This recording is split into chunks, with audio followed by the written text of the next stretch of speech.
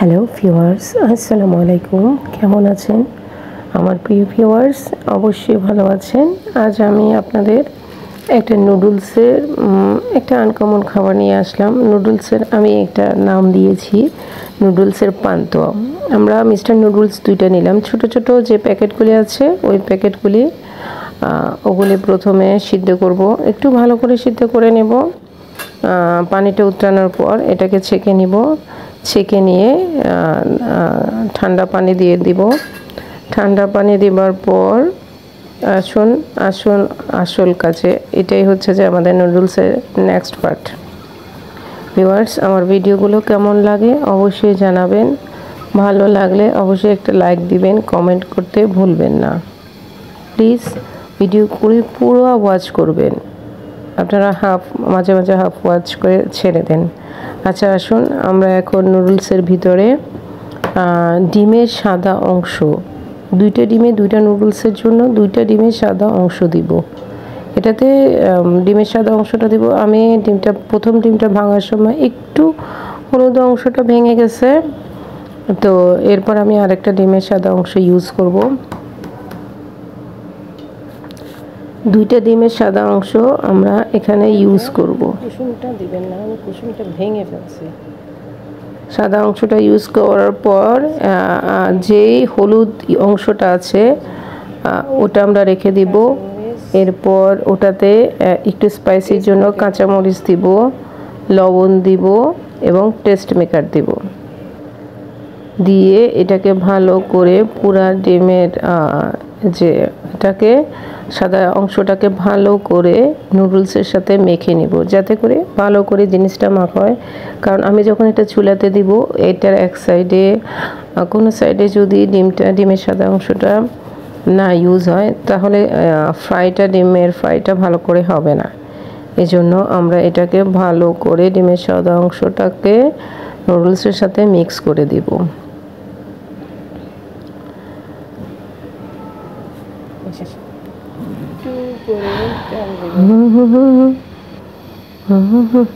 এখানে কোনো পেঁয়াজ ইউজ করা লাগবে না। এরপর এই রেসিপিটা রান্না করার সবচেয়ে সহজ উপায় হচ্ছে যে এখানে হালকা তেল লাগে, তেলটা বেশি লাগে না। এটা একটা ভাইরাল রেসিপি। এটা একটা অনেক ফেমাস একজনে, আমি একটা ভিডিও থেকে দেখেছিলাম। উনি এক স্টাইলে করছে, আমি একটু স্টাইলটা চেঞ্জ করেছি। রান্না তো সব কিছু একই রকম, এটা যে যা একটু চেঞ্জ করেই কুকিং করা হয়। আচ্ছা, এটা আমি ফ্রাই প্যানে একটু ছড়িয়ে দিব নুডলস আর ডিমের সাদা অংশ মিক্স যেটা করছিলাম ওটাকে পাতলা করে ছড়িয়ে দেব। এভাবে দেখুন, আপনারা এই জিনিসটা ভালো করে খেয়াল রাখবেন। আমি একসাথে দুইটা দিয়ে দিয়েছি, আপনি চাইলে একটা করে দিতে পারেন। আমি একসাথে দুইটাই দিয়ে দিয়েছি। তো এটাকে আপনারা ছড়িয়ে দিবেন। দেওয়ার পর মাঝখান দিয়ে একটু গর্ত করে রাখবেন। ওখানে আমরা ডিমের সাদা অংশটা ডিমের হলুদ অংশটা ইউজ করব। এজন্য একটু গর্ত করে রাখবেন।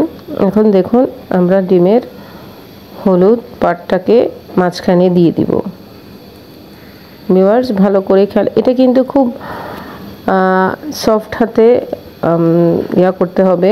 আর উল্টানোর সময় আপনারা খেয়াল রাখবেন নিচের পাটটা যাতে ভালো করে হয়ে যায়। মানে নিচের পাটটাকে আপনাদেরকে ভালো করে মিনিমাম 10 মিনিটস ওয়েট করতে হবে।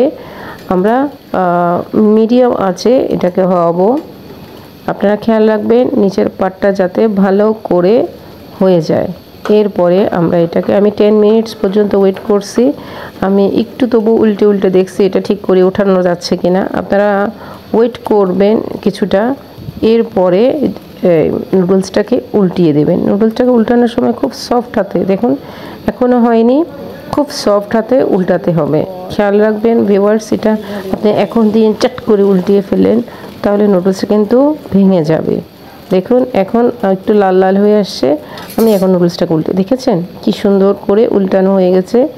এই জিনিসটা খেয়াল রাখবেন, নিচের সাইডের যে পার্টটা ওটা ঠিক করি হলো কিনা। একটু ধরে মেঘে দেখবেন, আপনি বুঝতে পারবেন। যারা রান্না করে ওরা অটোমেটিক, দেখেছেন এটা হয়ে গেছে, এটা বোঝাই যাচ্ছে।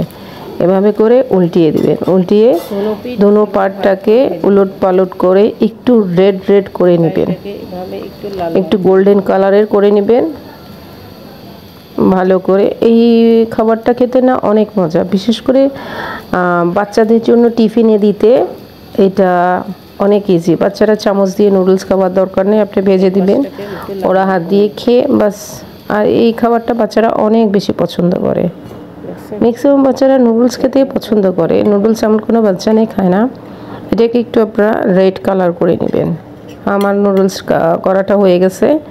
এরপরে এটাকে 4 পিচ করে কেটে নেবেন, মানে পান্তুয়া পিঠার মতো মনে হবে। 4 পিচ করে কেটে নেবেন। এটা সস দিয়ে খেতে অনেক মজা। আপনি বিকেলে মেহমান আসলে নাস্তাতে অথবা বাচ্চাদের টিফিনে এই জিনিসটা ইউজ করতে পারবেন, বানিয়ে খেতে পারবেন। খেতে অনেক মজা, অনেক মজাই লাগে। সব সময় নুডলসের একই জিনিস ভেরিয়েশন ভালো।